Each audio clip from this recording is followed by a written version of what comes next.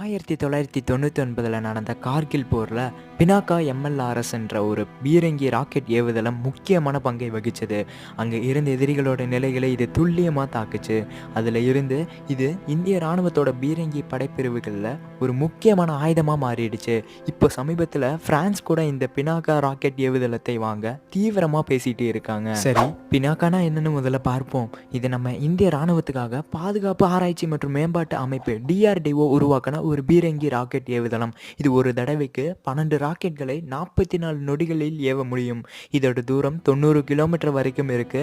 இதை ஒரு டாடா ட்ரக்கில் பொருத்தி வச்சிருக்காங்க. இந்த பினாக்காவில் சில வகைகளும் இருக்கு. Pinaka mark 1, Pinaka mark 2, Pinaka mark 3ன்னு 3 வகைகள் இருக்கு.